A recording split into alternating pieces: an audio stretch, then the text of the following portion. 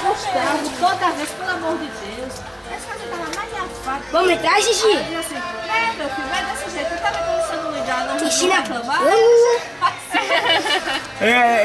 Eu cheguei na fábrica, era 11h30, mas me saiu pra pegar pegou a pampa, chegou agora com a peça lá do negócio. Aí eu disse, Porque também ele foi do carro, que era demora. tava. Esse que bom que tava era jogo lá até agora. Pois é, quando eu cheguei assim, coisa rápida, chegou lá. E eu esperando o tempo todinho lá. Eu quase que não vinha, chega a hora dessa já. Aí ele já falou, mas esse Gustavo. Cadê ele? Tá em casa, é? Enrolado. Tá em E casa. tem hora que eu tô em casa à toa, não tem nada pra fazer. Agora quando te marcou aparece alguma você, coisa, aí não aparece. Vem cá, Gigi. Vem, Gigi.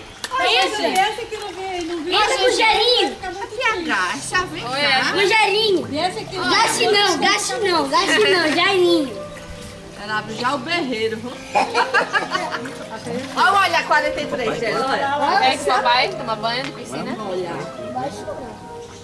Ok. Ela não quer mais não. ficou Cadê a sem pulseira? A pulseira. Eu já soube da história. É. Cadê a pulseira? A pulseira, Gigi. Aqui.